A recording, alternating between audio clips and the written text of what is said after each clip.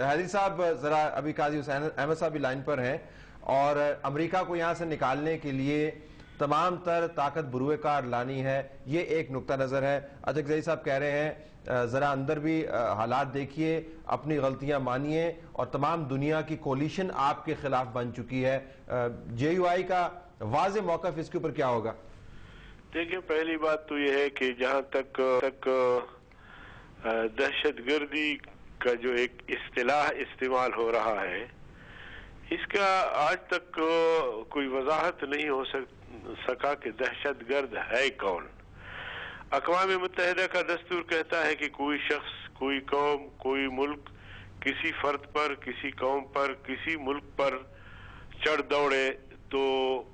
اس فرد کو، اس قوم کو، اس ملک کو دفاع کا حق پہنچتا ہے۔ عراق میں چھڑو، افغانستان کو آپ چھوڑ دیں، عراق پر الزام تھا کہ جی وہ جوہری اسلحہ بنا رہا ہے۔ اقوام متحدہ نے ٹیمیں بھیجی اور وہاں عراق کا چھان مارا، عراق کو کچھ بھی نہیں، وہاں اقوام متحدہ کی ٹیم کو کچھ بھی نہیں ملا۔ اس کے باوجود امریکہ چڑھ دوڑا اور عراق کی حکومت کو تباہ و برباد کر دیا، جو کسی طرح اس کے پاس جواز نہیں تھا۔ لیکن چونکہ ایک سیکنڈ میں آپ کا لیتا ہوں، پاکستان پہ آتا ہوں، چونکہ محمود خان صاحب نے دہشت گردی کے حوالے سے بات کی، تو ایک چیز بھی نہیں ملی، اس کے باوجود عراق کو تباہ و برباد کر دیا گیا۔ اور جو مزاحمت کرتے ہیں وہ دہشت گرد ہیں، جو ان پہ چڑھ دوڑا اور بلا جواز نہ اقوام متحدہ کے آئین کو نہ دستور کو، یہی افغانستان کی پوزیشن ہے، یہی آج کل جو عرب ممالک ہیں ان کی پوزیشن ہے۔ جہاں تک پاکستان کی بات ہے، محمود خان نے جو بات پاکستان کے حوالے سے کی بالکل درست کہی ہے وہ، اور اس سے مجھے کوئی اختلاف نہیں ہے۔ لیکن بنیادی بات یہ ہے کہ یہاں ہمارے ملک میں ایک تو جو انٹرنل معاملات ہیں، ان کی پالیسیوں سے ہم نے ہمیشہ اختلاف کیا ہے، لیکن جہاں تک بات آتی ہے پھر آکے ملک کی دفاع کی بات آتی ہے، پھر اس میں محمود خان سمیت ہم لوگ سب مجبور ہوتے ہیں کہ ملک کی دفاع کرنی چاہیے۔ لیکن بہرحال یہ بات اپنی جگہ پہ حقیقت ہے کہ پاکستان کو اپنے معاملات ٹھیک کرنا چاہیے۔ پاکستان بہرحال اس پر جو الزامات لگ رہے ہیں کہ وہ ہر ملک میں مداخلت کر رہا ہے، تو یہ سوالات ہیں، ان سوالات کا جواب اس کو صحیح انداز سے دینا ہے اور دنیا کو مطمئن کرنا ہے۔ ایبٹ آباد کا جو واقعہ ہوا ہے، ایبٹ آباد کے واقعہ دیکھیں، میں تو سمجھتا ہوں کہ یہ امریکہ کا ڈرامہ ہے، محمود خان صاحب اس سے اتفاق کرے یا نہ کرے، لیکن اس ڈرامے کا مقصد نیٹ ریمنڈ ڈیوس کی گرفتاری اور اس کے نتیجے میں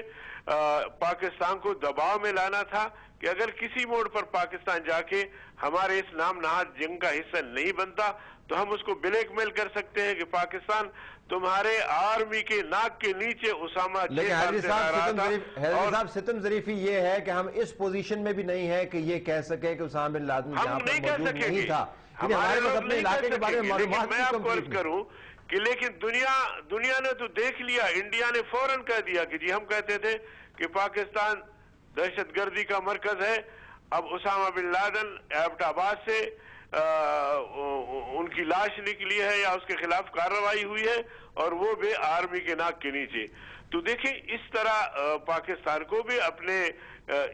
تمام اس قسم کی اس کا جائزہ لینا ہوگا۔ بالکل ٹھیک ہے، اس پر اتفاق کر رہا ہے۔ میں جاتے جاتے قاضی صاحب سے پوچھوں، قاضی صاحب یہ جو بین الاقوامی کنسنسس پاکستان کے خلاف بن رہا ہے،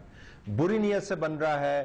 اندر دشمنی کا زہریلا پن ہے، اس کے اندر سازش کی بو آتی ہے، جو بھی آپ اس کو کہہ لیں، اب ایک کنسنسس بن چکا ہے۔ اس سے اس وقت اگر جہاد کی بات کریں اور لڑائی کی بات کریں اور اپنی تمام غلطیوں کو ذہن میں رکھتے ہوئے، تو کیا یہ ایک منطقی اور عقل والا لائے عمل ہوگا یا نہیں؟ دیکھیں جی، کوئی کنسنسس ہمارے خلاف نہیں بنا، ہمارے اپنے ریجن میں اب بھی ہماری اچھی خاصی پوزیشن ہے، اور کنسنسس تو اسی طرح سے بہت ساری چھوٹے ممالک کا امریکہ کے خلاف بھی بنا ہے کہ امریکہ ہر جگہ مداخلت کرتا ہے، ہر جگہ وہ چڑھ دوڑتا ہے، اور اس کے نتیجے میں خود امریکہ کمزور ہوا ہے، اور بڑی طاقتیں ہمیشہ اسی وقت انحطاط پذیر ہوتی ہیں جب وہ زیادہ پھیل جاتی ہیں اور زیادہ پھیلاؤ کی وجہ سے اقتصادی طور پر بھی کمزور ہو جاتی ہیں اور دفاعی اور فوجی لحاظ سے بھی کمزور ہو جاتی ہیں. اس لیے کوئی اس طرح یہ کچھ لوگ تو جب روس کے خلاف مجاہدین لڑ رہے تھے تو اس وقت بھی اسی طرح کی باتیں کر رہے تھے کہ یہ پاگل پن ہے اور سپر طاقت کو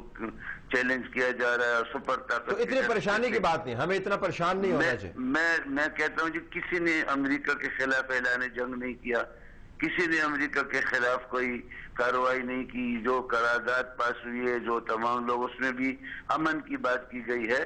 امریکہ وہاں سے اگر مشکل میں افغانستان سے تو اس کو وہاں سے نکلنے کا باعزت راستہ دینے کی بات کی ہے. آپ کا بہت شکریہ حیدری صاحب, عاجق ظہیر صاحب آپ کا بھی بہت بہت شکریہ. بات تشنا رہے گی لیکن یہ بحث لمبی ہے, آپ کو دوبارہ زحمت دیں گے اور ہم آپ سے درخواست کریں گے کہ اس طرح غائب نہ ہو جایا کریں. ملک نازک صورتحال سے گزر رہا ہے اور وہ ڈیلی افیئر نہیں ہے, وہ لانگ ٹرم افیئر ہے. ہمارے ساتھ آپ رہیے, ہمیں اپنے ویوز سے نوازتے رہیے. ناظرین, معاملہ یہی کچھ ہے کہ دنیا کو ہم نے بڑے اچھے مشورے دیے ہیں, چند ایک اچھے مشورے ہمیں بھی مل رہے ہیں پاکستان کے اندر سے بھی باہر سے بھی. اس بات سے قطع نظر کون مشورہ دے رہا ہے, ذرا اس کے اوپر غور کر لیں تاکہ کہیں یہ نہ ہو کہ اپنی غلطی کے کھاتے کے اندر ہی ہم کوئی بہت برا اور بھیانک قدم اٹھا پائیں. جہاں تک اٹیک کا تعلق ہے, جب وہ ہوگا, اگر خدا نخواستہ ہوا تو ظاہر ہے اس کے خلاف قوم متحد ہوگی, لیکن تدبر کے ساتھ اور تدبیر کے ساتھ بھی چلنا ہے. اجازت دیجیے, اللہ حافظ.